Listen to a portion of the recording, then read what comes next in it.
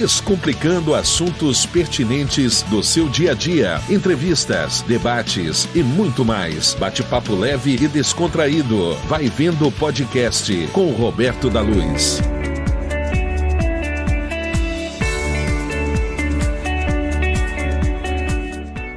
Olá, amigo e amiga. Vamos conversar hoje no nosso podcast com Wagner Franceschi, formado em administração, especialista em finanças. Vamos conversar um pouquinho sobre economia, política, endividamento, empréstimos, investimentos. É um assunto um pouquinho diferente. Eu fiz até umas colinhas aqui para mim não me perder, porque é um tema, de certo modo, complexo. E nós estamos acostumados a acompanhar os programas nacionais, os podcasts, os jornais, telejornais, e eles abordam muito bem esse tema, especialmente agora nesse momento de turbulência da economia mundial, devido ao tarifaço do presidente Trump, mas eles abordam do ponto de vista do grande empreendedor, né? O grande investidor. E nós queremos trazer aqui para a nossa realidade da aldeia, a classe média, o pequeno investidor, o micro pequeno empresário, né? O empreendedor individual, que também são parte importante da nossa economia e que precisam estar atentos às mudanças que vêm aí, quais os planejamentos que são possíveis adotar para enfrentar eventual crise e principalmente para não ser levado pela correnteza da incerteza, né? Para destinos que você não sabe onde vai terminar. Tudo bem, Wagner? Tudo ótimo, Dr. Roberto. Boa noite, né? Boa noite também aos nossos espectadores que nos acompanham agora ao vivo, ou até mesmo aqueles que vão acompanhar depois esse podcast, essa live, né, que está transmitindo ao vivo também. Queria te agradecer pelo convite, que é um tema que eu adoro, né? Eu gosto de falar sobre economia, gosto de falar sobre finanças e principalmente tentar trazer isso de forma mais esmiuçada para o popular mesmo, como tu falou ali, para a aldeia, né? Para que todos entendam, e também te parabenizar, né? Não só por esse projeto do podcast agora, mas todas as outras vezes o doutor está sempre envolvido em temas relacionados à comunidade, trazendo informações relevantes, importantes e aquilo que mexe realmente com o nosso dia a dia.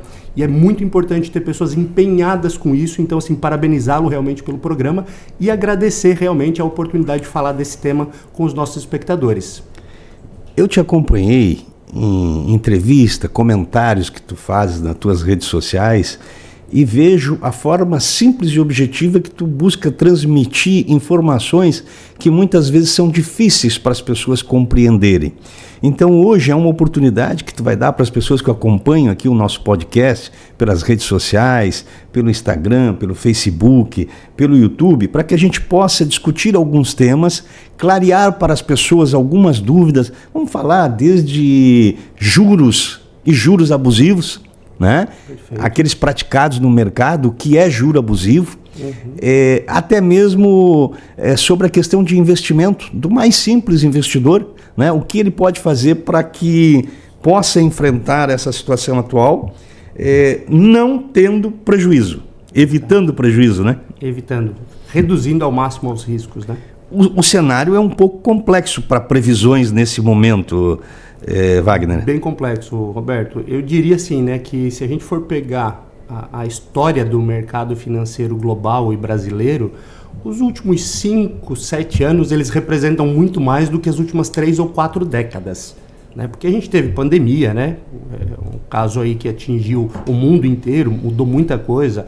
Agora as questões geopolíticas, a gente teve recentemente uma guerra entre Rússia e Ucrânia, que ainda acontece, isso afeta. Agora tarifaço, então tudo isso não aconteceu nas últimas 3, 4 décadas e a gente está vivendo isso basicamente nos últimos 5, 7 anos.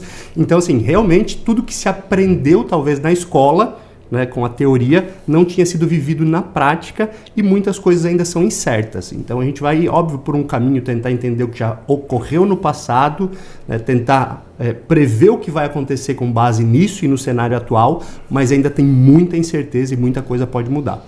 E nós estamos acostumados a assistir crises que nascem ou no setor privado, como aconteceu a crise de 2008, que começou nos próprios Estados Unidos da América, ou crises relativas a guerras, né, como a guerra da Ucrânia, Rússia, ou até mesmo guerras no Oriente Médio, que acaba influenciando no preço do petróleo e com isso todas as commodities, acostumados com questões regionais, como por exemplo Venezuela, Argentina, governos que não têm muito compromisso com a democracia e que acabavam por gerar, de forma regional, problemas para o mercado internacional. Agora é uma situação diferente. Nós temos o líder, talvez da maior potência ainda militar e econômica do planeta, fazendo o que a gente não acreditava, que é bagunçar no tabuleiro. Essa mexida do Trump, esse tarifaço, essa discussão dele com todos os países com relação à importação e à exportação dos Estados Unidos, isso pode mexer na economia mundial? Isso pode vir a causar danos que nós ainda não sentimos? Sim, Roberto. E é interessante, né? De um lado tem essa questão que a gente não imaginava, talvez não vivendo lá, que ele faria, né? Que talvez era uma história de cão que ladra não morde, né? Como a gente diz no popular, no ditado. Mas a população norte-americana, em tese, ela sabia, porque isso era promessa de campanha, de toda a campanha do atual presidente dos Estados Unidos, e ele só está colocando em prática. Só que agora o calo está começando a apertar. E não só para a economia norte-americana, mas para toda a economia global. E sim, existem impactos que ainda não estão previstos, né? Porque a gente tem um impacto positivo e um impacto negativo disso tudo. Vamos lá, né? Para a gente tentar entender o que ele está fazendo. As taxas que ele está colocando é para que, ao invés de comprar, por exemplo, do Oriente Médio, de outros países, né, da China, por exemplo, se produza nos Estados Unidos. Só que o tempo para produzir demora e a população quer consumir. Então, só para a gente pegar um exemplo, né? Talvez vou tirar um pouco aqui do contexto, mas houve uma importação gigantesca e uma compra gigantesca de iPhone e computadores pela população norte-americana, antes de entrar efetivamente o tarifaço. Eles estavam estocando, comprando além do que precisava, tentando, poxa, se realmente ele cumprir isso, vai ficar mais caro para a gente aqui também. Então, assim, isso impactou muito e tem os lados positivos e negativos disso. Então, por um lado, quando ele fecha as portas para alguns países, ele talvez abre espaço para que outros possam negociar lá, mas tem um impacto muito grande nesse tempo de produzir e vender. E aí, se eu não conseguir produzir para entregar, eu vou ter que importar novamente, e aí vou ter que pagar essas taxas. E vamos ser bem sinceros, né? Seja o grande, seja o pequeno empreendedor, a indústria e tudo mais, todo mundo precisa ter sua margem de lucro. E quando aumenta o teu preço, você repassa isso. Então, o grande ponto que pode mexer muito, e eu trago isso para essa visão, né, da classe média, né, do menor, como tu disse, é o preço na prateleira. Porque os preços tendem a aumentar com base nisso tudo, e isso afeta o mundo inteiro. A China buscando outros parceiros comerciais para vender, né, é um jogo quase de truco, né? Só que chega uma hora que, assim, já pedi 12, não tem mais para onde ir, eles continuam pegando. O chinês não é muito adepto ao truque, né? Exatamente. Ou ao truco. Não é tão adepto, né? Mas para nossa realidade parece que é isso, que blefa daqui, eu pedi 3, tu pediu 6, e assim a gente vai aumentando. E onde que isso vai parar? Então a gente tem impactos bem grandes ainda. Logicamente, cada país sabe das suas condições e necessidades. A gente traçar um paralelo entre a Argentina e os Estados Unidos, por exemplo. É compreensível determinadas mudanças, eu acho que até a população busca tentar entender, quando há uma necessidade. Exemplo, Argentina. Você pode não concordar com o que está sendo feito na Argentina, né? Mas você entende que lá o paciente estava muito doente e que precisa um tratamento um pouco mais enérgico, talvez amargo, que pode não trazer o resultado esperado pela população argentina. Mas a gente não imaginava que os Estados Unidos, essa potência tecnológica, né, e econômica, precisasse de remédios tão amargos. Exato. E essa dosagem, realmente, esse paciente ele não estava em estado terminal, digamos assim, como era o caso da Argentina, né? Aproveitando esse gancho do paciente. Então não precisava de um tratamento tão enérgico. E é por isso que a população está sentindo forte. Poxa, será que eu precisava estar tomando esse remédio tão amargo nesse momento? E isso, infelizmente, como a gente tem uma economia globalizada, né? Então, assim, um bater de asas de uma borboleta lá nos Estados Unidos afeta o outro lado do mundo. Então, esse tarifaço do Donald Trump, essas medidas elas afetam diretamente outros países. Porque assim, pegando a nossa realidade aqui, o exemplo Brasil, né?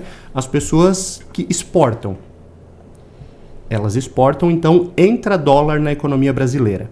Entrando dólar aqui, tem mais dólar para o mercado. Para o banco vender, por exemplo, para quem vai para fora, né, para quem vai importar alguma coisa. E sempre que eu tenho mais oferta do que demanda, o preço cai. Poxa, está sobrando dólar aqui. O fato de não exportar tanto, porque o norte-americano vai cortar exportação e preferir talvez produzir lá, porque a taxa está muito elevada, vai fazer com que economias emergentes, como é o caso do Brasil, talvez tenham menos entrada de dólar. Com menos entrada de dólar, o preço da moeda sobe. A gente viu esses movimentos em alguns meses desse ano e do ano passado, né? E aí isso afeta o bolso da população, porque do outro lado alguém precisa comprar também. E aí quando o brasileiro, a indústria brasileira, o comércio brasileiro precisa comprar lá de fora, ele paga mais caro. Não no preço do produto, mas no preço do dólar. E aí voltamos para aquela máxima, eu preciso repassar esse preço. Bateu no bolso de quem? Da população que mais precisa, do consumidor final, e realmente o impacto normalmente maior em quem tem menos poder aquisitivo. Então, só para a gente entender como uma política um pouco mais agressiva do presidente norte-americano, ele trouxe aspectos bem distintos para vários lugares do mundo, óbvio, criando oportunidades, talvez de negócio para alguns, mas afetando a economia de muitos. E para nós, dificilmente vai trazer algum produto mais barato, então. Dá para esperar que venha, porque nos Estados Unidos é muito barato os produtos eletroeletrônicos, né? A população comenta. Automóvel e produtos eletroeletrônicos são muito acessíveis lá.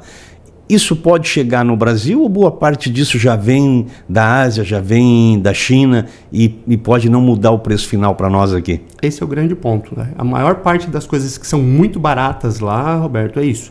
Ele já veio, né, por importação lá dos países asiáticos, da China, por exemplo. Então, eles conseguiam consumir muito porque chegava muito barato lá. E realmente não tinham tantas tarifas, né? Talvez como o Brasil tem um pouco mais de tarifas em relação a esses países. Então, para nós, infelizmente, a tendência é que mude muito pouco. Óbvio, né? Existe algum incentivo, talvez, do governo chinês para manter as microempresas lá, né? E eles não estão consumindo, então talvez eles barateiem um pouquinho o preço de alguns produtos para vir aqui para nós, que daí somos um mercado ainda aberto para a economia chinesa, diferente dos Estados Unidos, mas eu acho que isso na prática vai mexer bem pouco esse ponteiro. O preço pode reduzir, mas ainda reduz muito pouco aqui para nós como Brasil e países emergentes.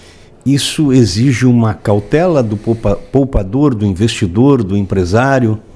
Exige no sentido de acompanhar tudo isso que está acontecendo, porque assim, é um momento de eu fazer mais estoque, é um momento de eu reduzir o meu estoque, é um momento de eu investir mais no meu negócio, né, ampliar uma nova sala comercial, contratar mais funcionários.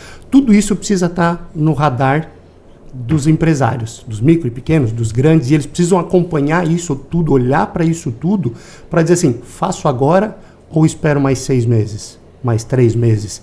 E é difícil essa indecisão, porque, porque querendo ou não essa indecisão, ela pode me fazer perder oportunidades também. Então, exige, no caso, uma cautela de olhar um pouco mais atento para tudo aquilo que está acontecendo. E sempre esse olhar, para o que está acontecendo no mundo inteiro. Porque, como eu brinquei antes, né, bateu a asa do Trump lá, a gente acaba sendo afetado aqui no Brasil também. Se a gente não pensar em termos de investimentos, né? Que seria abrir novos postos de trabalho, criar novas empresas, você se aventurar no ramo dos negócios. Pensar só em investir o que já tem. Qual é o caminho? Renda variável, renda fixas, ativo internacional? Qual seria a melhor forma de investir monetariamente neste momento? Legal, boa pergunta. E acho que até antes de começar a responder, né, talvez trazer um pouquinho de clareza para o que é cada tipo de investimento. Basicamente, investimento funciona assim. Eu pego o meu dinheiro, que eu não vou usar hoje, e empresto para uma instituição financeira, um governo ou uma empresa que vai me devolver no futuro com juros. Basicamente, essa é a ideia de um investimento. Então, assim, a renda fixa, basicamente, ela tem dois aspectos. Quando eu invisto em renda fixa, ou eu estou emprestando meu dinheiro para o governo, ou eu estou emprestando meu dinheiro para empresas, e entre elas tem instituições financeiras, bancos, cooperativas, etc. E eles vão me pagar um juro com base nisso. Então, assim, esse é um aspecto importante de entender. Tá, mas o que é a renda variável? Aí é um pouquinho diferente. Eu vou me tornar sócio de uma empresa para que o lucro que ela dê no futuro, eu também receba. Isso é a Bolsa de Valores? Bolsa de Valores, né? E isso funciona igual no Brasil ou em qualquer lugar do mundo. Então, a gente entendendo esse contexto, a gente consegue aplicar em qualquer lugar do mundo. Por exemplo, aqui no Brasil a gente tem, um exemplo, o Tesouro IPCA+, ou o Tesouro Selic, que são títulos do governo que a gente pode investir. Lá nos Estados Unidos tem a mesma coisa chamada de Treasury. Então, é o mesmo tipo de ativo, é emprestar dinheiro para o governo para ele me devolver no futuro. E Bolsa de Valores, essa questão da renda variável, também é a mesma coisa.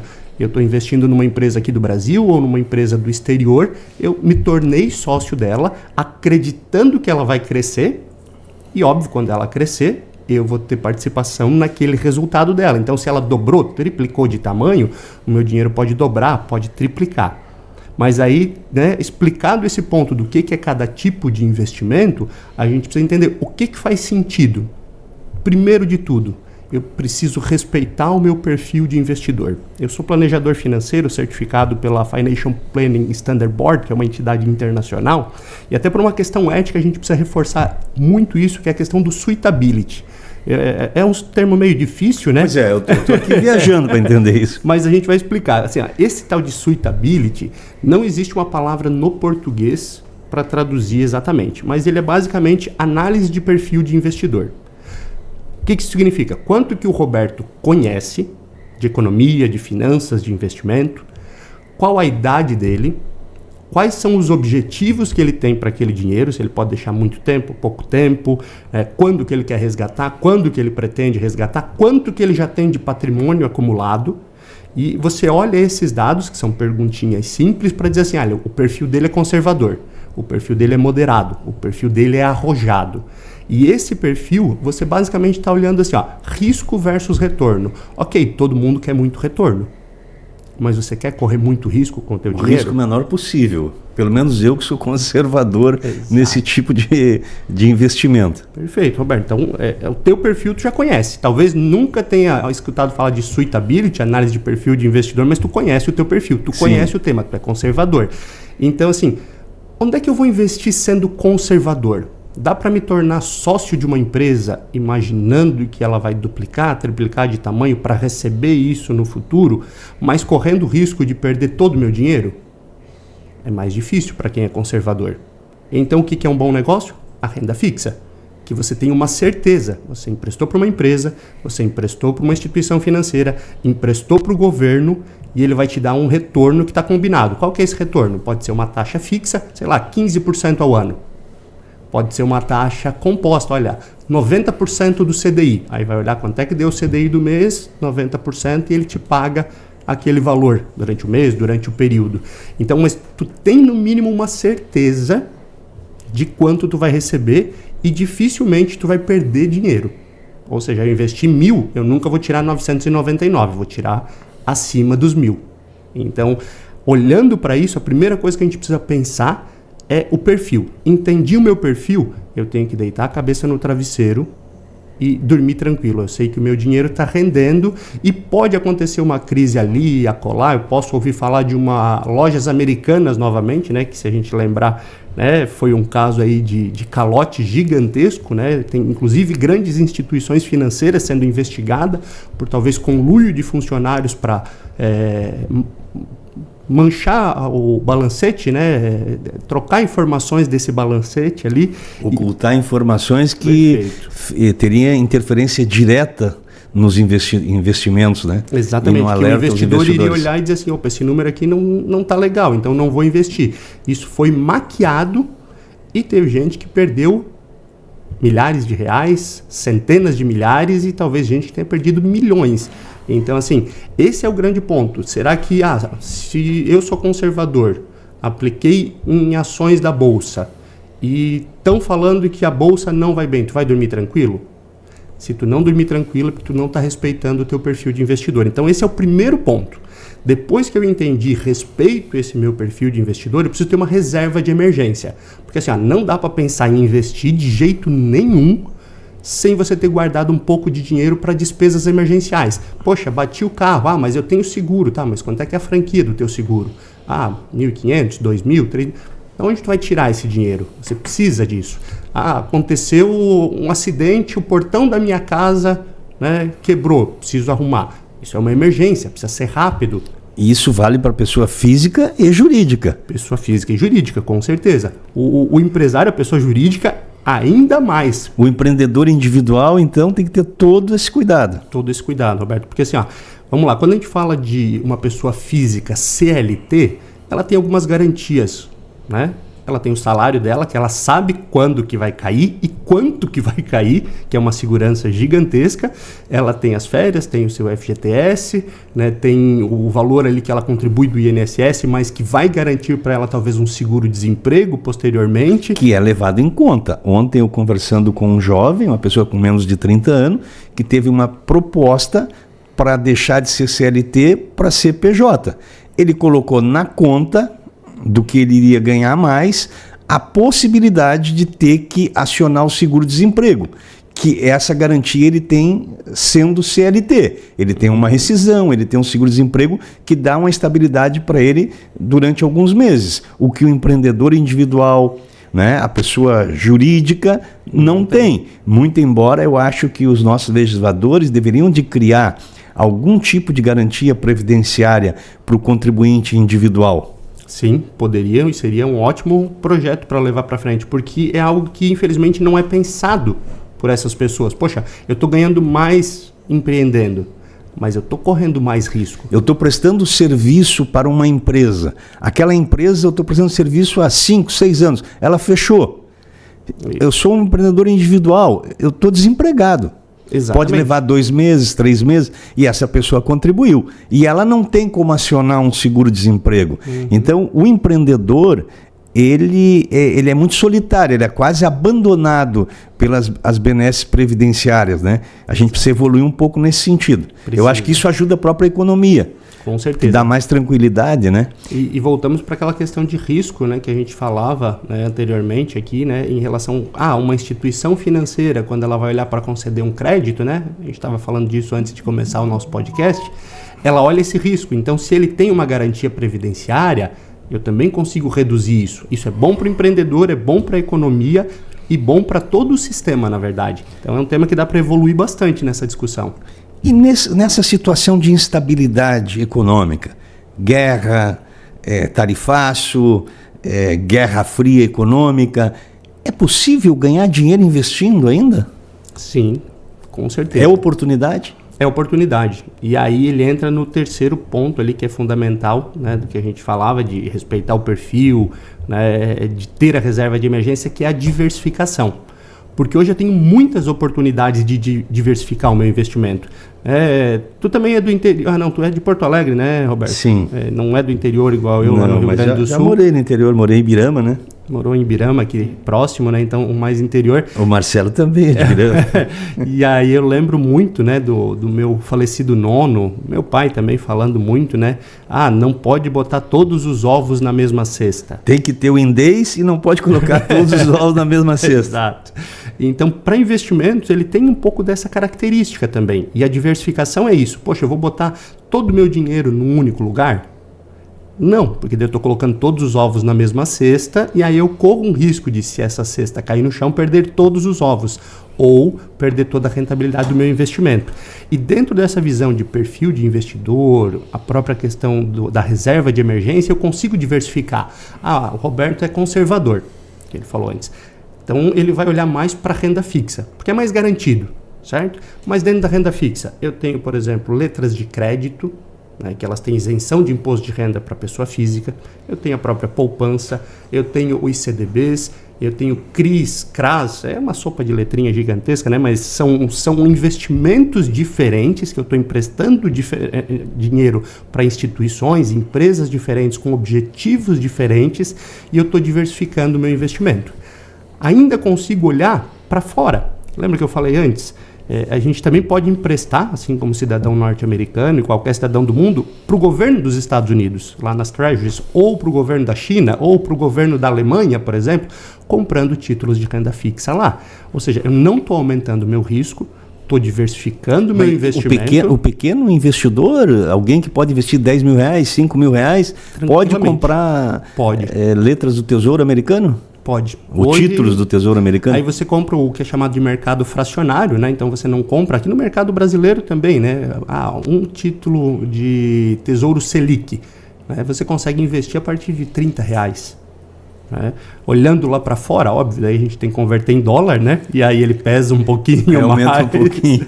Mas eu tenho várias possibilidades, né? E consegue sim, a partir de R$500, R$1.000, já ter investimentos no exterior, diversificando um pouquinho, tendo essa exposição cambial, que a gente chama, que é o seguinte, poxa, se o dólar subir mais, eu estou ganhando em dólar.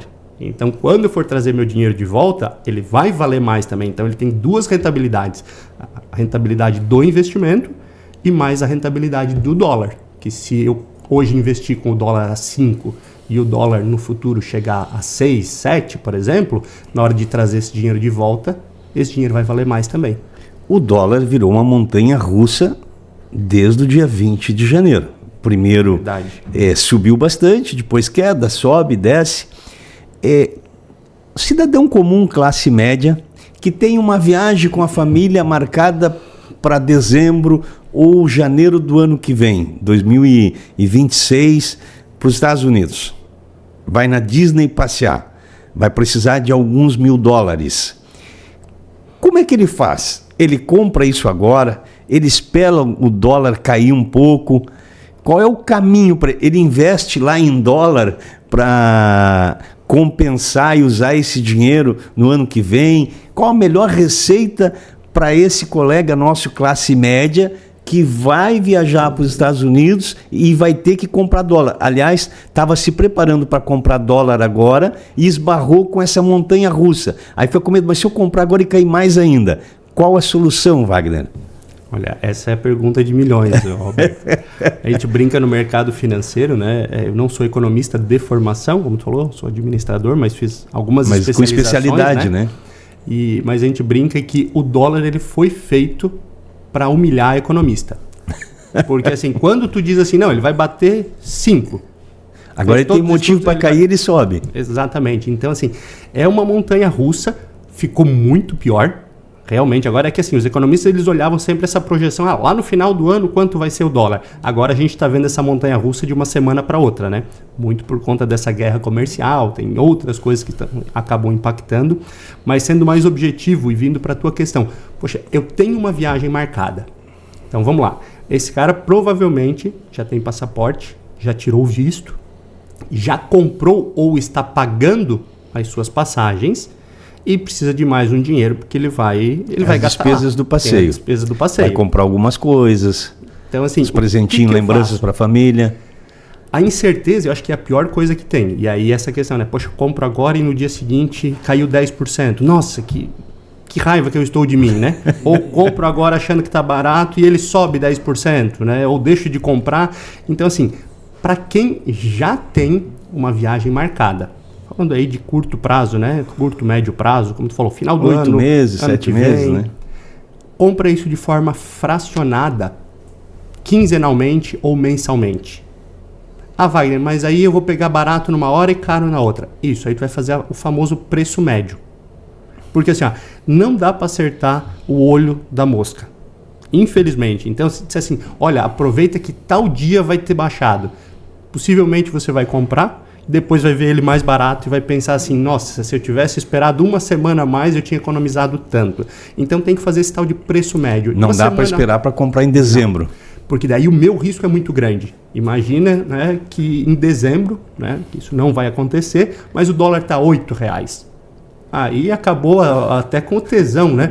De ir para essa viagem.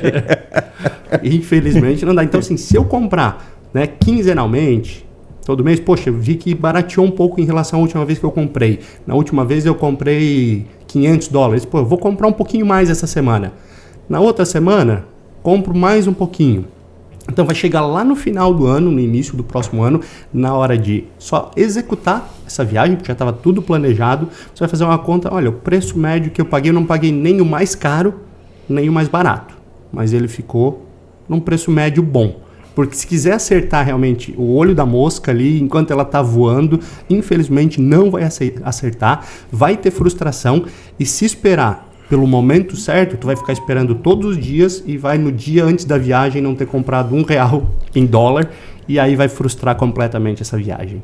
Então é melhor não arriscar, né? Não arriscar, compra um pouquinho por mês. Que aí o prejuízo também certamente vai ser menor, com a possibilidade de algum ganho eventual. Isso, em alguns momentos você comprou mais barato, em outros, infelizmente, vai ter pago um pouco mais caro, mas no final a média vai ser boa. Nós estamos falando em dólar, nós estamos falando em crise. Nessa crise nós falamos também de tarifaços, que no fundo são impostos para controlar o mercado, seja o Estado cobrando mais para arrecadar mais, ou cobrando mais para que menos produtos entrem no país e você possa segurar os preços, às vezes segurar a inflação.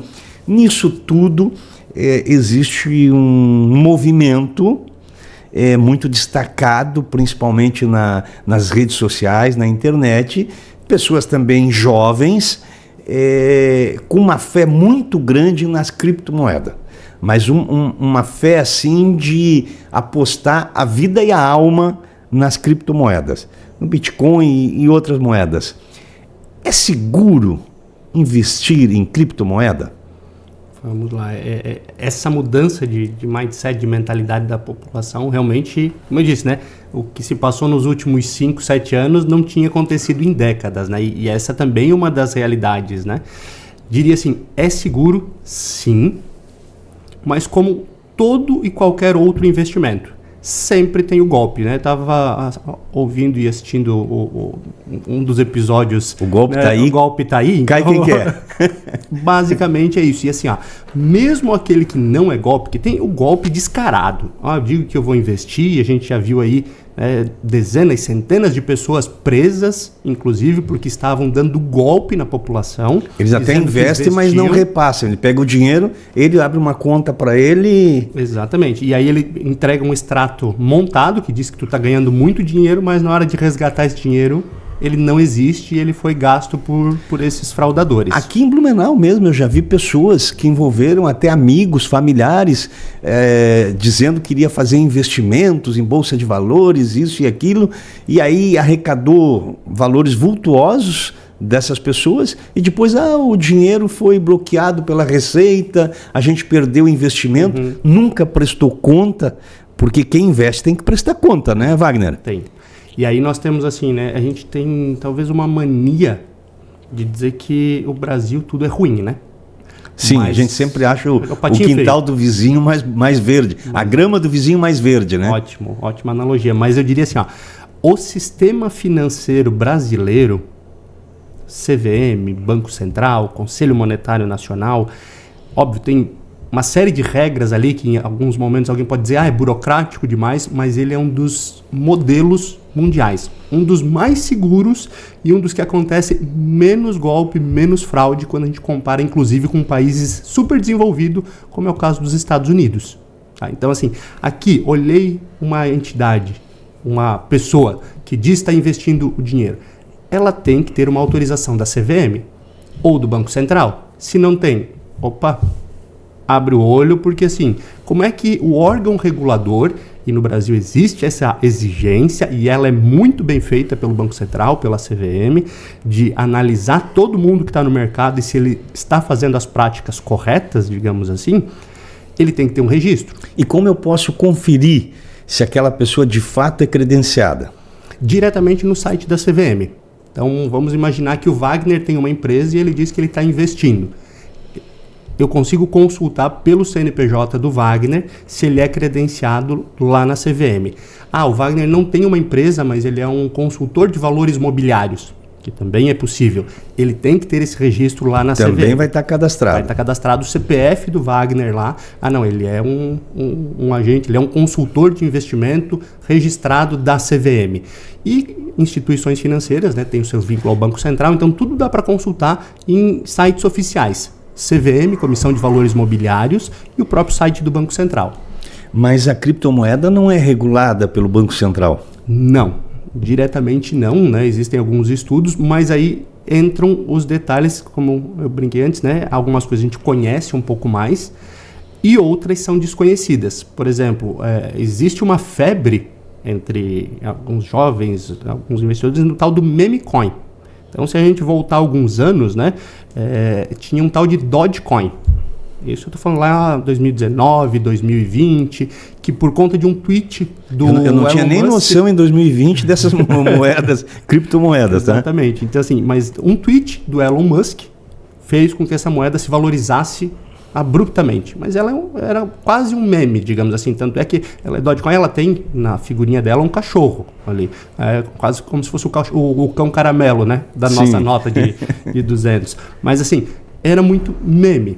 A gente viu agora recente, na Argentina, também muitos investidores, porque o presidente Milei, da Argentina, apoiando uma criptomoeda e tomaram um golpe. Retweetou, divulgou, e aí milhares de pessoas tomaram o golpe, prejuízo alto, porque também investiram como se fosse não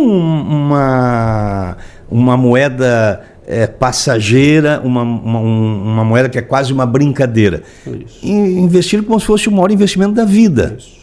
Naquela esteira da moeda do Trump também? Também, do Trump e da mulher dele, né? Valorizou. Aqui na Argentina levou pessoas ao suicídio. Uhum, exatamente. E assim, essa é uma característica que a gente precisa ter muito certo.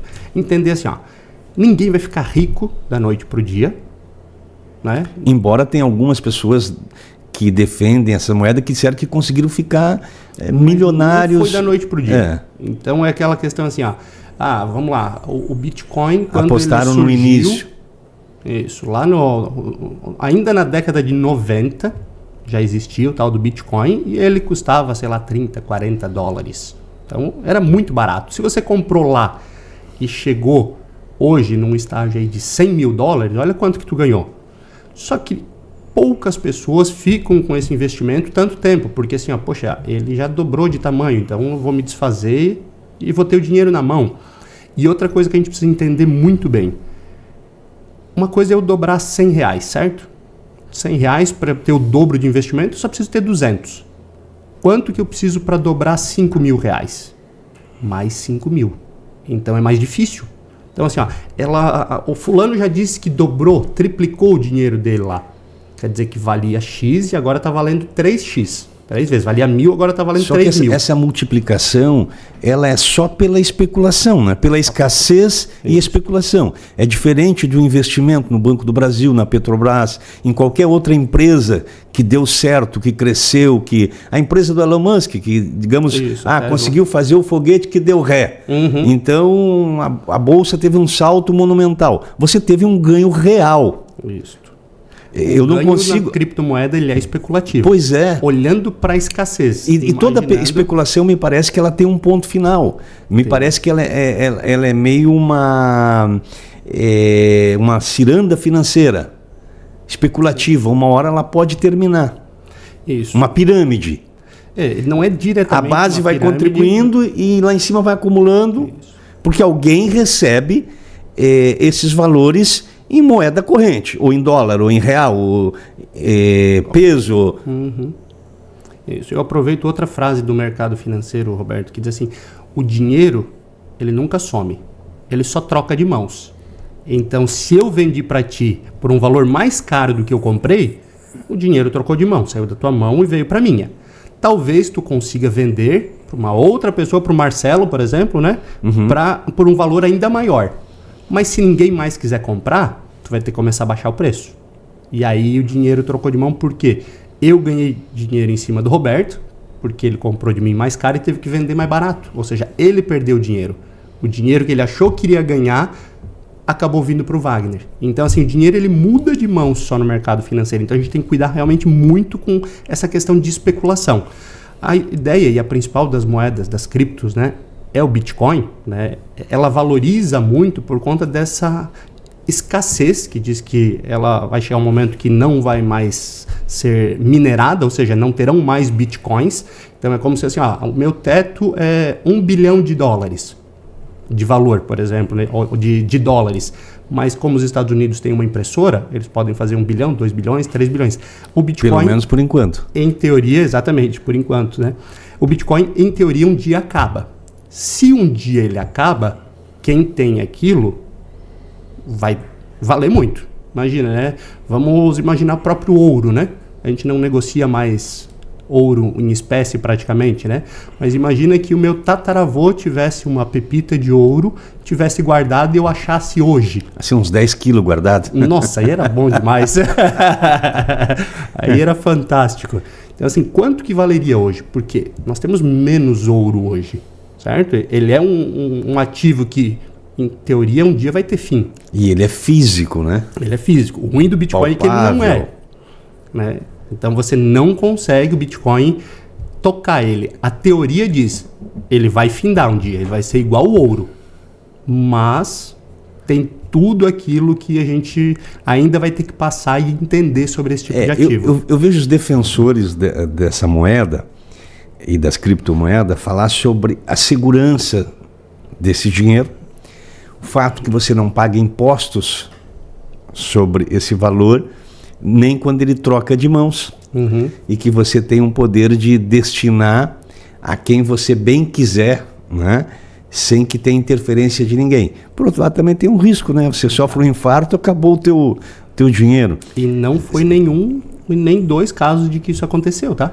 Pois é, se você perder a tua senha também, né? Senha.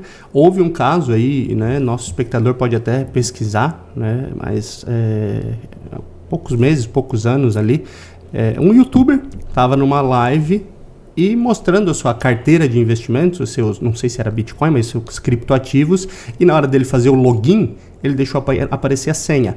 Quando ele terminou o podcast, já não tinha mais nada na carteira digital. Deixa eu conferir dele. Se a minha senha não está aberta aqui, para mim não perder alguns milhões de dólares. Tu imagina. E não tem a quem denunciar nem como ir atrás, né? Acabou. Porque é uma senha, né? Em teoria, você deixou ela disponível para outro. Então, assim, eu acho que sim, é um tipo de ativo que pode se olhar, mesmo sendo especulativo. Mas eu volto para a questão assim, esse é um chamado de investimento alternativo. Existem vários investimentos alternativos no mercado. E quando a gente fala de perfil, novamente, cara, para investimento alternativo, a tua carteira ela pode ser 5%. Estourando, se tu for muito arrojado, 10% da tua carteira de investimentos pode ser em investimentos alternativos. E aí esse pode estar as finanças descentralizadas, pode estar ali as criptomoedas, pode estar os fundos de investimento imobiliário, por exemplo. Então, assim, você tem que compor 5% no máximo. O problema é que daí as pessoas se empolgam demais e querem colocar todo o recurso ali. Todos os ovos na mesma cesta. Isso não pode fazer, né? Deu um soluço, meu amigo. Infelizmente. Tem um amigo nosso em comum, eu vou falar só o primeiro nome, o Alberto, que eu conversei com ele esses tempos. Ele disse, olha, eu estou fazendo todos os meses um pequeno valor. Então ele separou um valor que ele vai usar anualmente, e aí ele fica fazendo a experiência com o Bitcoin. Ele compra, vende, né? E aí ele mostrou, eu tive esse ganho, tive essa perda, mas não pode ter pressa. Então, se é até um entretenimento que não vai te colocar em grande risco, como você diz, quem tem R$1 bilhão, investir 50 milhões não é muito problema. Agora, para quem tem R$1 milhão, investir 900, aí é um risco muito alto, né, Wagner? Muito alto. E aí não vale a pena correr esse risco. E essa é a questão, assim, colocando uma pequena parte, vamos lá, né? Vamos diminuir essa conta para falar da grande parte do nosso ouvinte, né? Eu tenho R$10 mil, certo? Já fiz uma reserva de emergência, que eu falei que é a primeira coisa de fazer, e vamos imaginar que 5% disso eu aplico em investimentos alternativos. Então a gente está falando de 500 pila. Se eu botei numa criptomoeda dessa, por exemplo, e ela aumentar 100 vezes o valor, cara, só aí eu já estouro. E aí eu posso continuar com aquele valor, né? Continuar. entende? Mas eu não posso fazer o contrário, botar 9.900 lá e daqui a pouco perdi tudo, daí eu não durmo mais tranquilo. Não é um cassino, não é uma roleta. Patrimônio não pode ser administrado dessa forma, né? Exatamente. Se administrar patrimônio como cassino, infelizmente, vai ter choro e ranger de dentes no final. E nessa questão da gestão financeira pessoal, tu presta também essa assessoria de orientação, tanto Sim. a pessoa física quanto a jurídica. Sim. E aqui para as pessoas que estão nos acompanhando, pequeno empreendedor, pessoa física, às vezes até um pequeno empresário, nesse cenário de endividamento aí que é crescente, principalmente no Brasil, abertura de novas linhas de crédito, tal, quais os erros mais comuns ao lidar no crédito que tu visualiza no dia a dia e como pode ser evitado? Quais os cuidados que o trabalhador, o investidor, o microempreendedor, o empresário, pequeno empresário precisa tomar para evitar problemas ao lidar com o crédito e até com o superendividamento? Legal, é uma pergunta muito interessante e assim, eu gosto de trazer alguns dados, né? Eu não vou lembrar 100% porque a memória às vezes não é perfeita, né? Mas tem um dado do Banco Central divulgado em janeiro desse ano que as famílias brasileiras, elas já têm cerca de 32% a 33% da sua renda total tomada por crédito. Isso é uma média, né? Então uns têm mais, outros têm menos, ele vai bater nessa média, desconsiderando ainda o financiamento imobiliário. Então, olha o nível de endividamento que nós temos da família brasileira, na média. O empresário também tem esses dados, inclusive divulgados no próprio site do Banco Central. Ou seja, tem família que pode ter superior a isso. Muito superior, porque só se ele já está desconsiderando o crédito imobiliário, né? Então, a gente já coloca aí um bom percentual em cima desse valor. É um dos endividamentos, né, mais altos, e justamente por conta de cenário, né? Porque a gente vê assim, eu tenho as coisas mais caras, então eu preciso gastar as minhas economias, eu preciso tomar crédito para pagar algumas contas, e aí falando do crédito especificamente, né? Eu digo que o crédito não é ruim, pelo contrário, ele, digamos assim, é um mal necessário. Lembra que eu brinquei antes falando assim, investir é abrir mão de um dinheiro que eu não vou usar hoje para emprestar para alguém e usar no futuro. O crédito é o contrário. Olha, é tomar um dinheiro que eu não tenho hoje para ir pagando parcelado e garantir a compra do meu bem ou o pagamento de uma conta durante esse período. Então, assim, ele é um mal necessário para você Às vezes comprar. um investimento é muito comum, né, Wagner? Eu quero comprar um automóvel, uma casa, tomar um crédito. investir na minha empresa, iniciar um negócio. Preciso tomar um crédito. E assim, o que a gente precisa cuidar muito olhando para crédito? Primeiro ponto, a gente tem, né, e é uma coisa que eu adoro quando a gente fala de finanças comportamentais, né? Falar de finanças parece que é só racional, né? É só conta, planilha de Excel, calculadora, mas tem muito mais a ver com a cabeça. Então assim, eu quero comprar alguma coisa, preciso realmente tomar esse crédito para comprar isso agora? Tu falou de veículo, por exemplo, né, de automóvel. Poxa, eu queria trocar meu carro. Mas aí olhando assim, poxa, eu preciso financiar uma parte. E isso eu estava pensando, né, há poucas semanas atrás. Aí tu olha a taxa média de juros, diz assim, meu carro ainda está me levando onde eu quero. Ele ainda é um carro que eu faço a manutenção básica dele ali, então tá ok. Será que vale a pena eu trocar de carro agora e fazer essa dívida? Ou esperar um pouco mais? Então, esse é o primeiro ponto quando a gente vai olhar para crédito. Esse amadurecimento emocional que é complexo, né? Muito. Porque nós temos etapas da vida. Eu já tive etapa da vida, ali nos 30 e poucos anos, que o prazer era trocar de carro. Não precisava nem ser por um novo, mas eu tinha que trocar de carro por outro carro.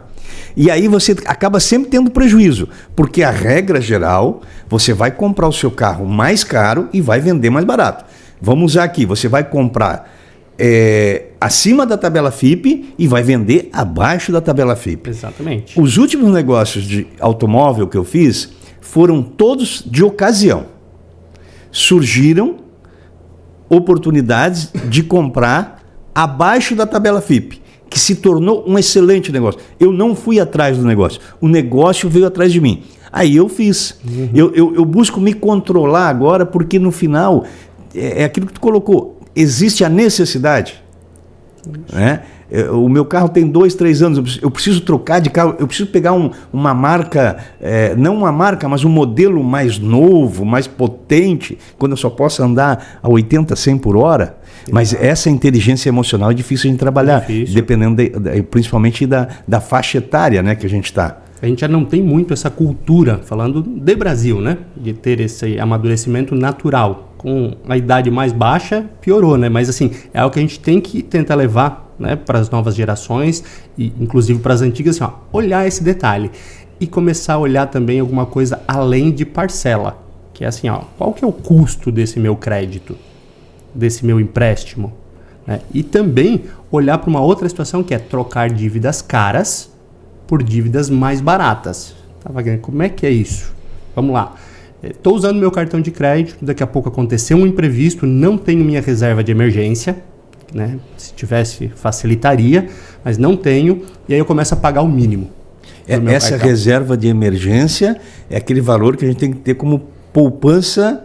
Isso. Precisou, está ali à disposição. Tem que estar na mão. Poxa, eu precisei pagar a fatura, estou sem dinheiro. Tu resgata, paga a fatura. Pessoa física, trabalhador CLT, quanto é que tem que ter de reserva? Pelo menos de 3 a 6 meses a tua despesa fixa.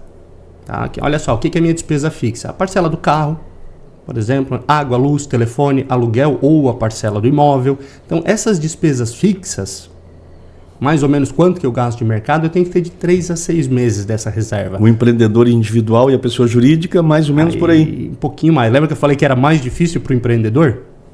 Aquela questão que a gente conversava antes, que o empreendedor individual, o empresário indiferente, ele não tem uma segurança de receita, então ele precisa ter uma reserva maior. E aí essa reserva ela tem que ser no mínimo 6 meses da despesa até 1 ano.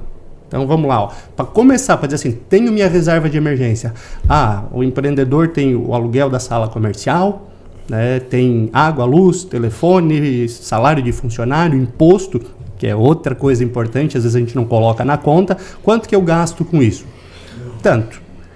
No mínimo 6 vezes esse valor tem que estar guardado numa reserva de emergência para olhar para essas possíveis, né, ocasiões aí de dificuldade. E aí tu vai passar mais tranquilo. Não é fácil, mas esse é o ideal. Tu falou sobre as parcelas, eu lembrei, tem um cantor famoso no Brasil, o Embaixador. Qual o nome dele? Gustavo Lima, que ele brinca uma questão que é a realidade do brasileiro, né?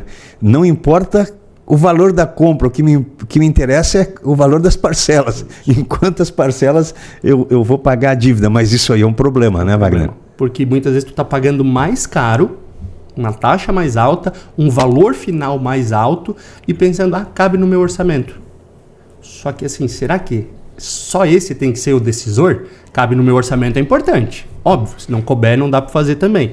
Mas olhar só por esse viés, aí daqui a pouco eu estou trocando de carro, como a gente falava antes, né, só para ter um carro talvez de outra marca, estou perdendo na compra e perdendo na venda, e porque a parcela cabe no meu bolso. E comprometendo muito a tua renda. Isso. Que tem que ter esse cuidado. Nessa questão, por exemplo, um empreendimento, um empreendedor tem uma empresa que não está no vermelho. Ele está ganhando o suficiente para pagar as contas, mas às vezes ele tem atrasos de recebimentos, o colchão financeiro dele deu uma esvaziada porque ele fez um investimento, comprou uma máquina, ou comprou um carro, pagou à vista, ou comprou um outro imóvel. E surge para ele um empréstimo Pronamp, por exemplo, que são taxas bem atrativas que ele não vai utilizar. Compensa ele pegar esse valor e guardar como colchão financeiro? Sim, dependendo da proposta, sim. É difícil a gente imaginar, né, que pensando assim, quem nos ouve, né, talvez está pensando, como é que eu vou pegar um dinheiro emprestado para deixar guardado? Ou não vai usar a totalidade, não vai usar totalmente, né? Não faz sentido, porque eu estou pagando por ele, mas essas modalidades de crédito, e aí vem esse ponto, olhar a modalidade do crédito que está pegando, ele é o chamado crédito direcionado, onde ele tem uma taxa máxima que a instituição financeira pode te cobrar. E normalmente ele vai ser bem menos do que as taxas normais, né, de crédito daquela instituição financeira. Então assim, poxa, eu estou descapitalizado, tenho uma dificuldade em fluxo de caixa porque eu pago para 30 e recebo para 60, por exemplo, então vai ter uma dificuldade de fluxo de caixa. Eu tomo esse dinheiro, deixo ele dentro do meu caixa, eu não vou usar todo ele agora, mas se surgir um imprevisto, eu vou conseguir passar tranquilamente por esse imprevisto. Então é simples assim, olhar a finalidade da operação, a taxa, né, e entender. Óbvio, pegar dinheiro só para investir, dizer assim, não, vou tomar daqui e vou investir lá, vou ganhar mais dinheiro? Não, mas é o chamado custo de oportunidade.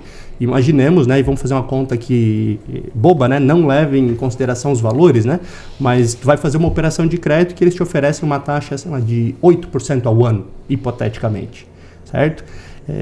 Não vou tomar esse crédito agora porque eu não preciso dele, eu estou com o meu fluxo de caixa um pouco desgastado ali, mas lá para frente eu me viro. Talvez a hora que tu vai precisar só tem disponível uma operação que custa 15%, 20% ao ano. Então tu perdeu a oportunidade. Então o custo daquela oportunidade que tu deixou passar, ele praticamente dobrou o valor daquele recurso. Dá para de repente antecipar o pagamento de alguma dívida que tem um juro maior, né? Isso, exatamente. Que é a história, trocar dívida cara por dívida barata. Poxa, eu consigo pegar esse recurso aqui e pagar antecipadamente, quitar um outro financiamento ou só antecipar parcelas, que é uma taxa de juro mais alta. Talvez faz sentido. Esse superendividamento, isso teve um agravamento pós-pandemia. Muitas empresas recorreram e foi facilitado o acesso a crédito durante a pandemia, até porque era necessário superar aquele momento, e as empresas não conseguiram pagar. Né? Tem pessoas que tinham empreendimento, fecharam. Confecção, pequena empresa, empreendedor individual. Sim. Das mais distintas, eu falo aqui porque eu atendo no dia a dia essa realidade. Aí eu quero fazer um alerta e quero contar com a tua ajuda para isso. Então, essas pessoas acessaram o crédito, não conseguiram pagar. Muitas delas fecharam o negócio. Tinha confecção, começou a trabalhar de empregado. Tinha uma mecânica, foi trabalhar de empregado. Movimentava 20, 30 mil, 40 mil por mês. Tinha uma parcela alta, agora recebe 2, 3 mil de salário. Os credores, e houve uma mudança também de paradigma no próprio judiciário, hoje as coisas estão mais facilitadas para o credor buscar o seu crédito. Tem algumas inovações que não existiam, né? Todo tipo de negativação, penhora de valores, penhora de bem muito rápida, localização desses bens, desse patrimônio, tudo online. E estão conseguindo, inclusive, penhorar parte do salário. Eu tinha uma empresa, eu quebrei, agora eu estou trabalhando de empregado, chega uma decisão judicial, 20% do teu salário, 10%, 30% está sendo bloqueado.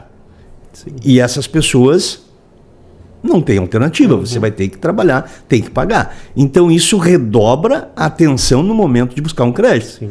Porque tem pessoas que, mas a minha cooperativa me facilita bastante. E facilita mesmo, mas quem empresta quer cobrar, né, Wagner? Exatamente. E houve uma mudança nessa política das próprias empresas, das próprias financeiras, das próprias cooperativas, banco, exercerem mais a busca da cobrança desses créditos. Sim. Tu percebeu isso no mercado também? Sim, por conta do cenário, do aumento da inadimplência. Então, ou tiveram que ser talvez mais arrojados na cobrança. Como tu falou, o judiciário ele também favoreceu muito, né? Porque tem novas interpretações, isso tudo então facilita a forma de cobrança que antes não tinha.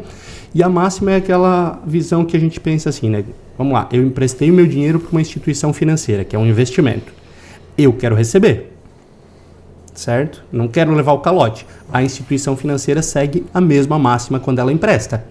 Ela quer receber, então ela vai correr atrás disso e por isso que precisa se tomar bastante cuidado. Não dá para dar o passo muito maior do que a perna. E o principal ponto que eu trago assim, acho que como uma dica para o nosso ouvinte ali, é que assim, também não adianta eu me esconder. O que eu preciso fazer? É ir negociar. Olha só, devo para A, B, C e D. Primeiro eu tenho que saber quanto eu ganho, quanto eu gasto, né, para pelo menos dizer assim, eu consigo fazer tal coisa. Olha, eu vou fazer uma proposta para A, B, C e D, por exemplo, e começar a pagar. Mas eu não consigo pagar todo mundo de uma vez. Então, senta com conversa, vai começando a pagar as contas, porque isso também é percebido como uma boa prática e uma boa índole. Né? A pessoa está diminuindo os seus atrasos, o seu endividamento. Então eu consigo talvez dar um pouquinho mais de colher de chá nesse momento, fazer uma negociação com prazos um pouco mais longos para tu começar a pagar, com um prazo mais longo para tu pagar em vez de 12, né, 24, 36, 60, 100 meses. Nossa, Wagner, mas é muito tempo. Só que ficar sem pagar, essa dívida só vai aumentando. E ficar sem crédito também é pior, né? Horrível. E como você colocou, muitas vezes é uma colher de chá, é uma mera liberalidade.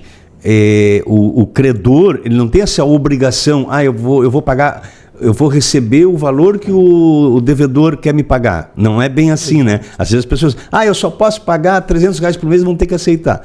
Não é bem assim. Tem um outro tema, e esse pega muito. Agora até deu uma parada no mercado, deu uma esfriada. Mas de tempos em tempos surge na mídia, e na mídia tradicional, televisão, rádio, propaganda sobre juros abusivos. Se você tem juros abusivos no financiamento de veículo, nos procure, sem risco de busca e apreensão, já temos, não é revisional, já temos acordo com os bancos, que isso é uma mentira deslavada, né, Wagner? Sim. Que ninguém vai te emprestar dinheiro para logo em seguida fazer um acordo de perda, muito embora com o envelhecimento da dívida, e tu trabalhas com banco, para poder explicar isso para nós, com o envelhecimento da dívida, alguns bancos acabam flexibilizando o recebimento.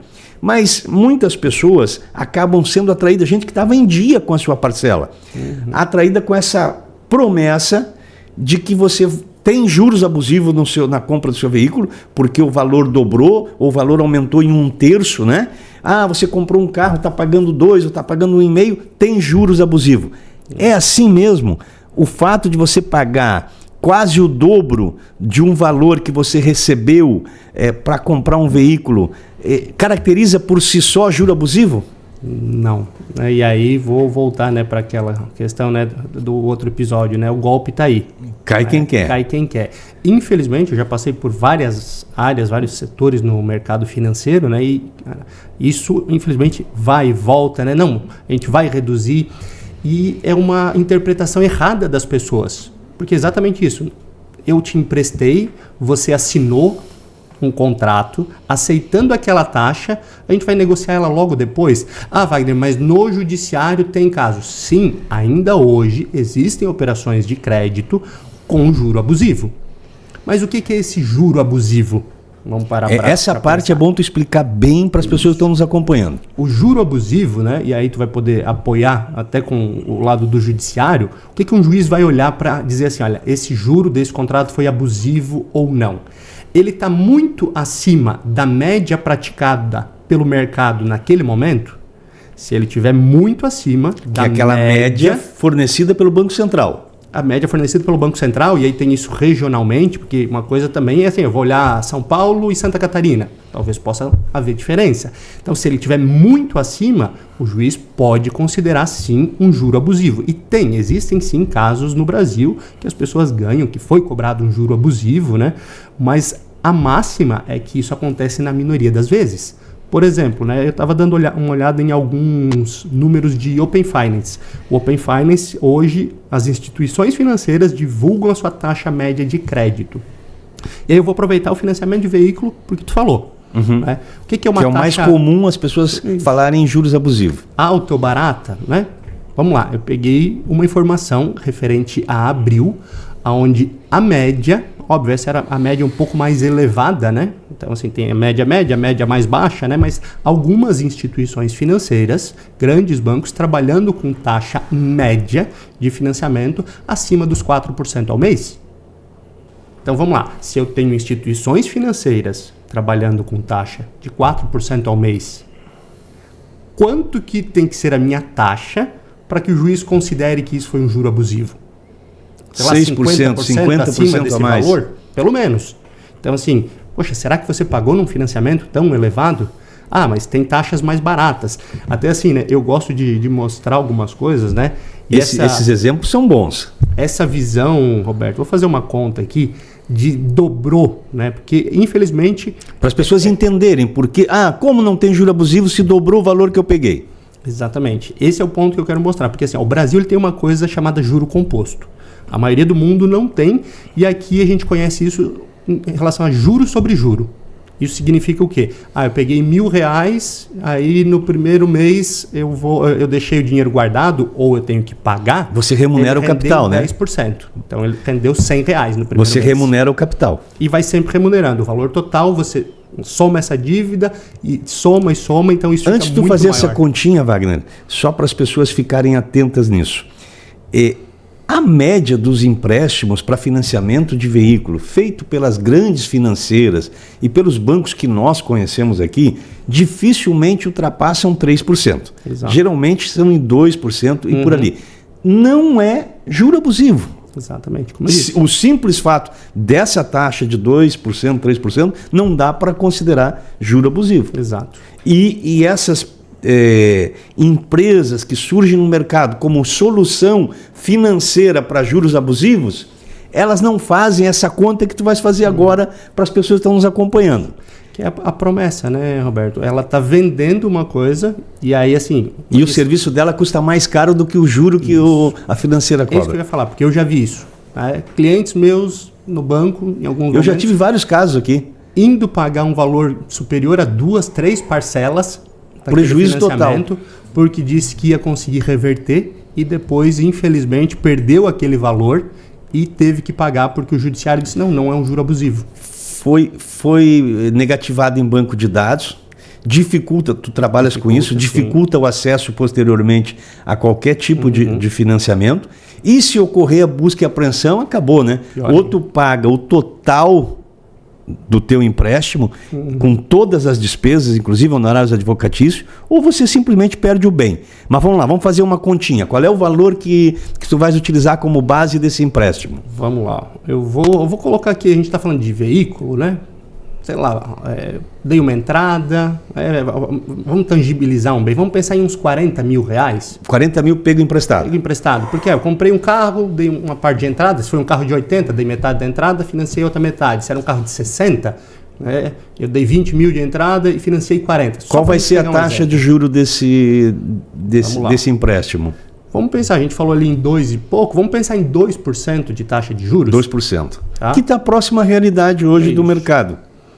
Olha só, primeira coisa, né? Se eu jogar isso aqui, um errinho aqui, 40 mil, eu tinha esquecido um zero, 2% de taxa. Se eu financiasse isso em 24 meses, que é 2 anos, tá? O meu valor final, acho que tá essa câmera aqui, né?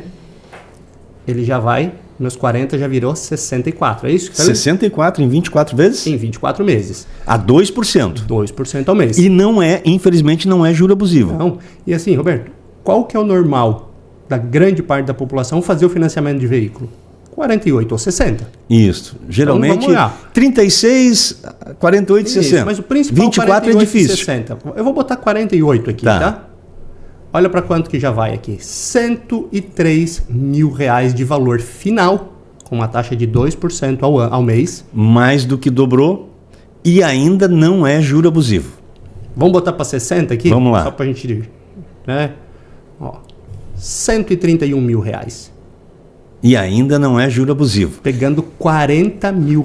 Mas se você contratar uma empresa de solução, que promete uma solução financeira, eles vão pegar esses 130 mil e vão dizer que é a dívida que você tem lá. E vão te cobrar em torno de 20 mil e vão te prometer um desconto de até 50%. 50% é 70 mil. Se você pegou esse empréstimo em poucos meses, na verdade você não deve 130. Se tu antecipar o pagamento, tu vai pagar menos do que 60. Exatamente. E a empresa ainda vai te cobrar um percentual sobre o valor que reduziu dos 130. Então é golpe em cima de golpe. Golpe em cima de golpe. Infelizmente, é muito comum, as pessoas ainda caem e a gente precisa alertar.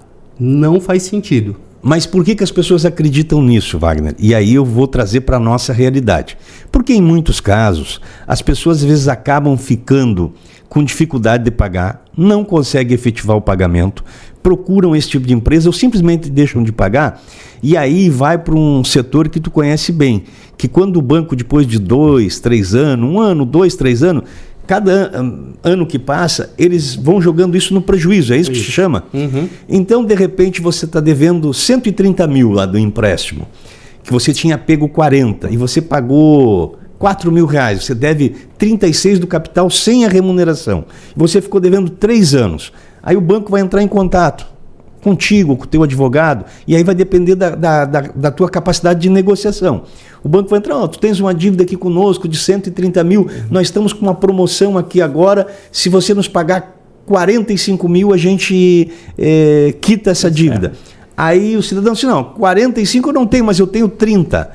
E aí o banco faz pelos 30 mil. E tem pessoas que acham que o banco fez porque era juro abusivo. Não é, né, Wagner? Não. É para recuperar um crédito que já era considerado perdido. Isso. O mercado financeiro ele tem isso, e é justamente, né, o Banco Central chama da conta prejuízo ali, onde a partir de uma quantidade de tempo em atraso, tu lança lá e o banco está dizendo assim, olha, esse dinheiro aqui eu não vou mais receber. Né? Acho que eu não vou mais receber. E aí, óbvio, ele tem um desconto de impostos sobre isso, porque ele não recebeu, né?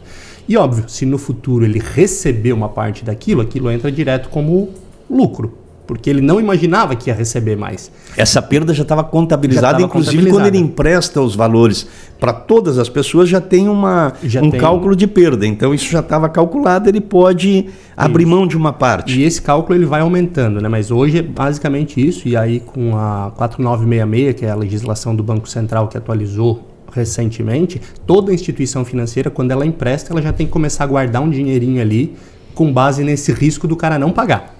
E aí, conforme assim, ele começou a atrasar, eu tenho que guardar mais dinheiro lá. Ele atrasou mais e atrasou no mercado, eu tenho que guardar um pouco mais. Então isso já está contabilizado, óbvio, isso mexe com o resultado da instituição financeira, porque ao invés dela faturar líquido, né, ter de rentabilidade lá num ano, sei lá, 1 milhão, ela tem só 900 mil, porque perdeu 100 por conta disso, né, números hipotéticos aqui. E aí no futuro, passado 2, 3, 4 anos, como tu falou, poxa, olha só, eu já perdi aqueles 130. Eu já paguei por ele, inclusive, né? Porque está dentro do balancete, é uma perca, tu teve que pagar, tu teve que desembolsar por conta dessa perda. Eu já paguei o cara que ligou, já paguei o advogado. Cara, se eu receber já paguei uma as custas judiciais para entrar com a cobrança de busca e apreensão. Se eu receber uma parte, é um ótimo negócio. Né? E um ótimo negócio para a instituição financeira e também para quem está devendo. Mas, exatamente, não é o juro abusivo. É só porque, assim, chegou num ponto que, assim, cara, eu tinha certeza que tu não ia mais me pagar aqueles 100 mil. Salvei alguma coisa. De repente, tu vem e me dá 40. Cara, que bom. Eu já tinha contado como prejuízo. Mas tem uma consequência para o devedor. Hoje nós temos bancos e financeiras. Tem quantas no mercado hoje, no geral? Olha, o Brasil ainda é um mercado pequeno, se a gente for olhar em relação a outros países, né? Mas a gente tem centenas, milhares de instituições financeiras. Mas tem 4, 5 grandes que concentram o mercado. O mercado ele é concentrado em 4, 5. E dessas 4, 5, 2 ou 3 são interligadas. Exato. Fazem parte do mesmo grupo econômico. E eu diria até além, Roberto, a consequência. Eu falei antes de dados consolidados do Banco Central, né, onde eu peguei algumas informações antes do nosso bate-papo. Existe uma coisa lá chamada SCR, que é o histórico financeiro de empréstimos de todo o CPF. Toda a movimentação acima de R$2 mil que tu faz, pagando uma conta no cartão de crédito, no cartão de débito, financiando, a instituição financeira, independente de qual for, se é uma grande ou uma pequena, tem que mandar lá para o Banco Central. O Banco Central pega todas as informações dessas despesas, desses limites, desses créditos, financiamento, daquele CPF, consolida tudo, e aí demora, né, a juntar isso tudo em 60 dias e disponibiliza para as outras instituições financeiras.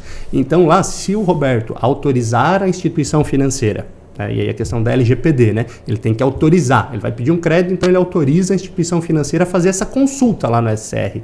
Aí ele olha lá, olha, o Roberto ele tem tantos mil de um financiamento imobiliário, mas ele está pagando em dia. Ele tem tanto financiado do carro, está pagando em dia.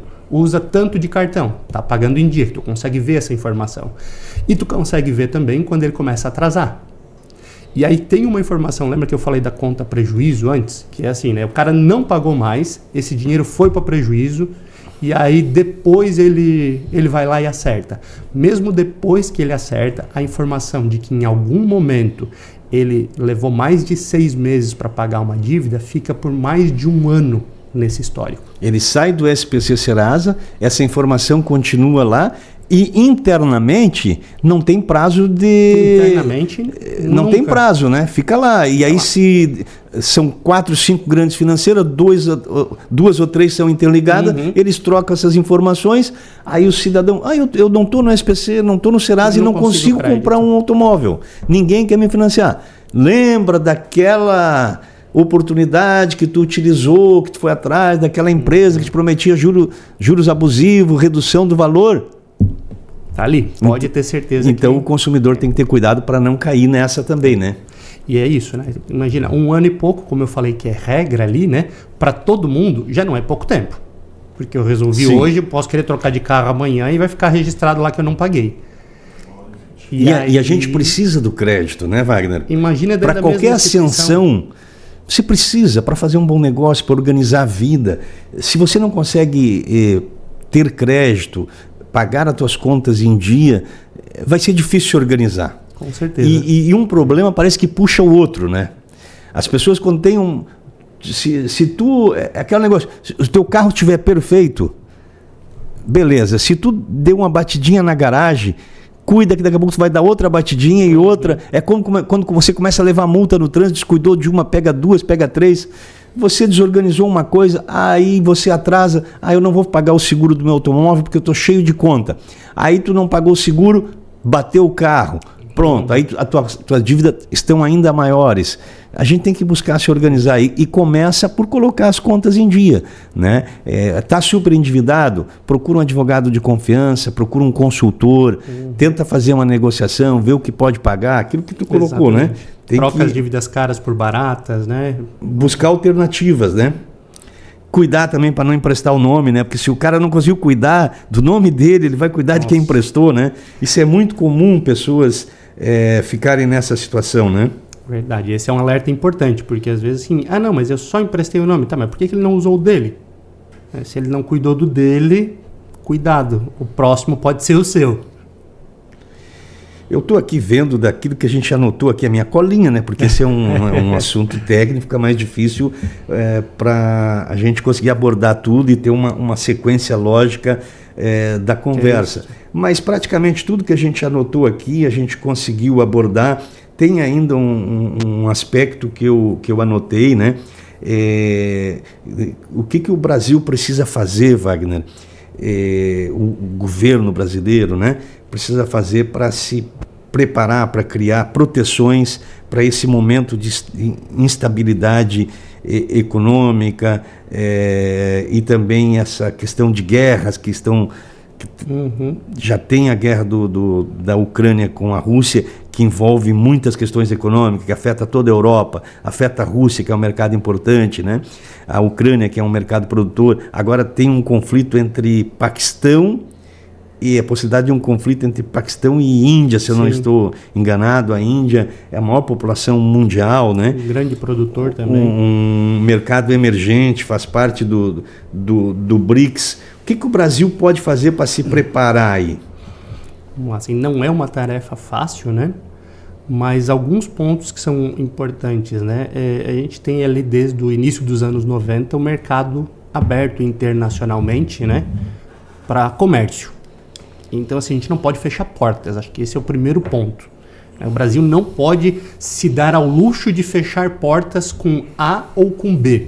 Porque, cara, a gente produz, e isso é muito bom. O Brasil tem um grande potencial em commodities, né, questão agrícola e tudo mais. Então, isso tudo o pessoal precisa. Os outros países precisam. Então, eu não fechando porta, eu estou vendendo. Se eu estou vendendo, eu estou recebendo. Aí até brinquei antes, né? Eu recebo normalmente em dólar, né? Tem algumas coisas que estão mudando. Eu reforço aquelas reservas cambiais que o governo tem. Pois é, nós temos quase 400 bilhões de dólares. Reservas cambiais em dólar. E os Estados Unidos hoje não é o nosso maior parceiro econômico.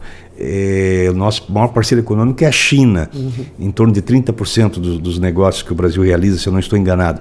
Não seria prudente diversificar um pouco também essa reserva cambial? Hoje, Roberto, no cenário que a gente vive, o que é considerado, né, para o comércio internacional é o dólar. Então, assim, indiferente se eu vender para o Canadá, para a Austrália, né, para Nova Zelândia ou para a China, o pagamento ele acaba sendo em dólar. Tem ali, né, o código SWIFT sendo mudado, inclusive, ali para utilizar o yuan, né, fazendo as compras e vendas diretamente, isso, né? Que daí tu não precisa, porque senão o normal é assim, ó, no mundo... Pelo menos esse era o normal, né? Esse era o normal. O que vai acontecer agora, né? Para frente, e isso também ainda não é um processo consolidado, ele já está acontecendo, mas não é consolidado. Mas em geral é aquela coisa assim, ó, eu estou comprando de ti, eu quero receber, tá? Como é que tu quer receber? Eu quero receber em dólar. Ah, mas aqui eu tenho o peso argentino. Te vira, transforma o teu peso argentino em dólar, depois tu me paga em dólar. Ah, e aqui é euro. Aí eu vou pegar, vou transformar o dólar em euro e vou utilizar no dia a dia. Então, a moeda, em teoria, internacionalmente aceita é o dólar.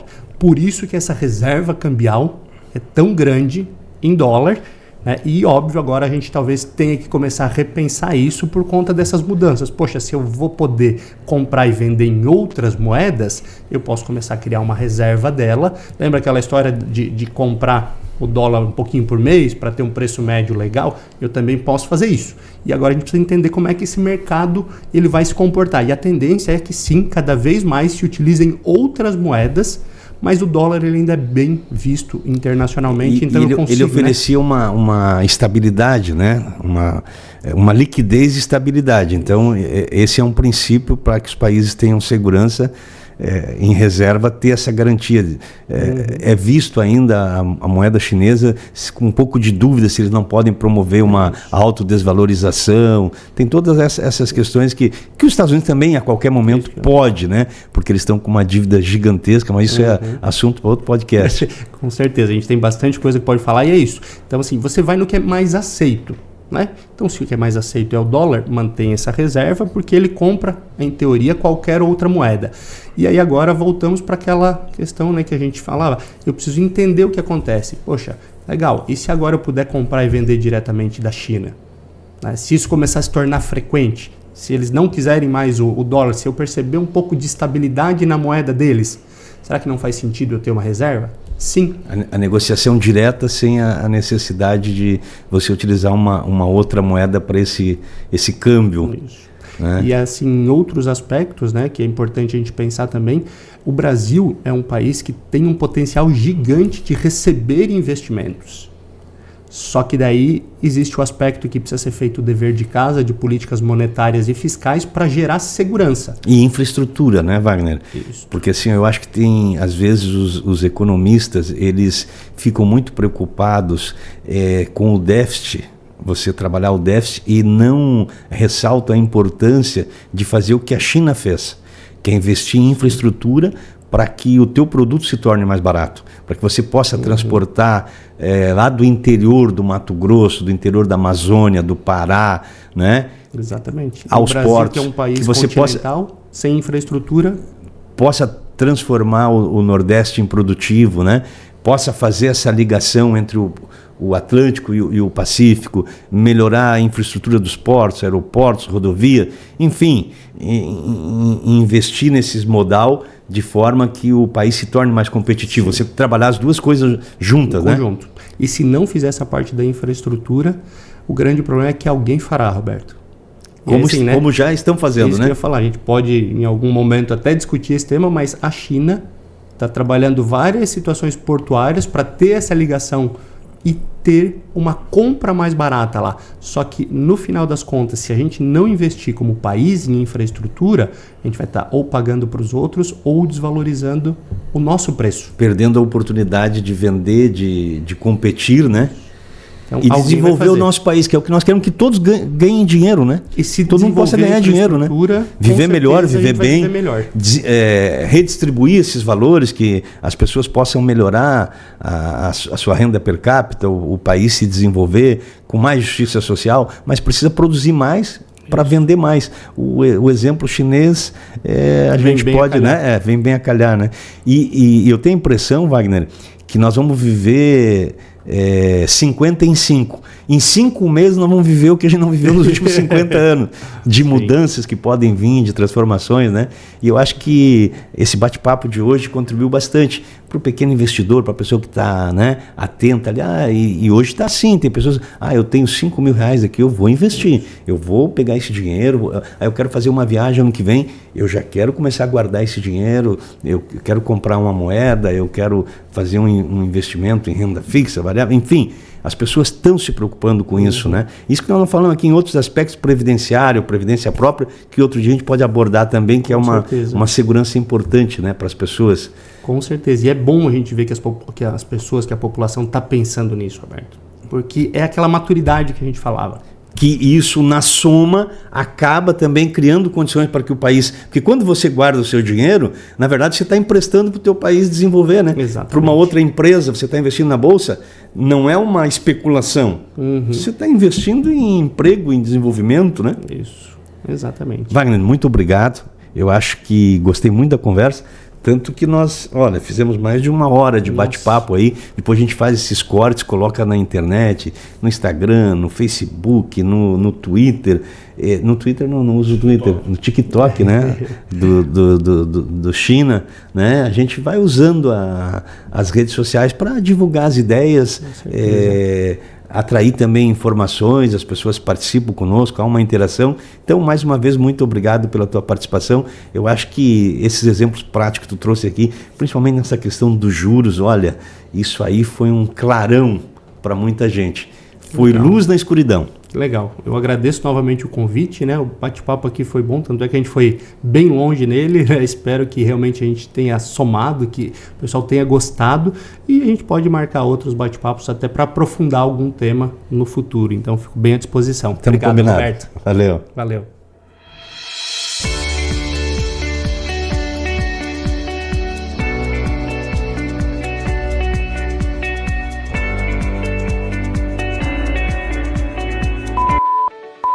Descomplicando assuntos pertinentes do seu dia a dia, entrevistas, debates e muito mais. Bate-papo leve e descontraído. Vai Vendo Podcast com Roberto da Luz.